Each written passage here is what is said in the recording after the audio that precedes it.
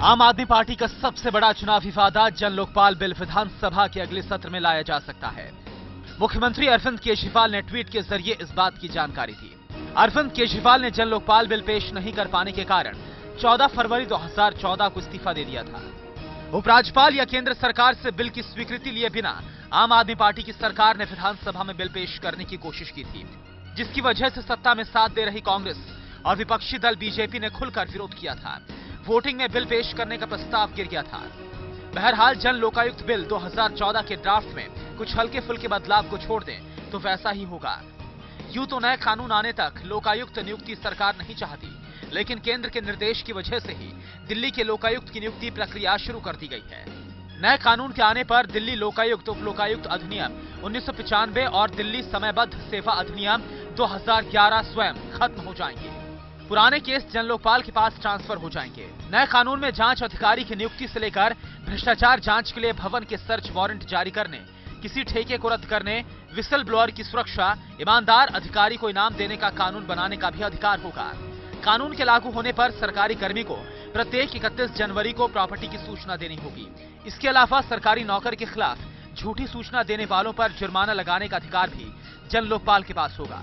दिल्ली सरकार जन लोकायुक्त बिल 2015 के अनुसार एक चेयरमैन और 6 से 10 तक सदस्य होंगे।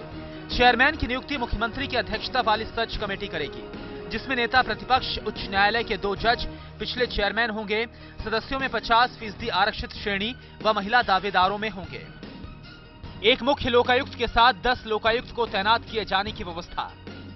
हाईकोर्ट की तरह मुकदमे की डबल बेंच में भी होगी सुनवाई। दिल्ली के लोकायुक्त कानून में हर विभाग को सिटीजन चार्टर बनाकर निर्धारित समय सीमा सभी कार्यों की तय करनी होगी। सिटीजन चार्टर का पालन नहीं होने की दशा में शिकायतकर्ता की शिकायत सुनने के लिए प्रत्येक विभाग में एक अपील अधिकारी की नियुक्ति होगी। सिटीजन चार्टर में अपील अधिकारी की सुनवाई से संतुष्ट नहीं होने पर उपभोक्ता सीधे लोकायुक्त के पास शिकायत कर सकेगा। सिटीजन चार्टर में निर्धारित समय सीमा पर सेवाएं उपलब्ध नहीं कराने पर अधिकतम 50,000 रुपए तक जुर्माना किया जा सकेगा। दिल्ली जन लोकायुक्त के दायरे में दिल्ली सरकार के चपरासी से मुख्यमंत्री तक आएंगे। लोकायुक्त की तरफ से तय मामलों की सुनवाई के लिए विशेष अदालतों का गठन किया जाएगा। लोकायुक्त की तरफ से निर्धारित मामलों की अपील सिर्फ उच्च न्यायालय में ही हो पाएगी। भ्रष्टाचार के मामले में अधिकतम सजा आजीवन कारावास तक हो सकती है। दिल्ली के 10 लोकायुक्त में 50% कानून के विशेषज्ञ होंगे, जबकि 50% यानी 5 प्रशासन, वित्त या अन्य फील्ड के प्रतिष्ठित होंगे। उत्तराखंड के लोकायुक्त बिल के आधार पर ड्राफ्ट किया गया है बिल। दिल्ली सरकार जल्द ही बिल को कैबिनेट से पास कराएगी, लेकिन केंद्र और उपराज्यपाल को बिल की कॉपी भेजी जाए या नहीं, इस पर सरकार कानूनी राय ले रही है। बहुत ज्यादा संभावना इस बात की है कि सरकार अब इस मामले में केंद्र से मतभेद नहीं चाहती।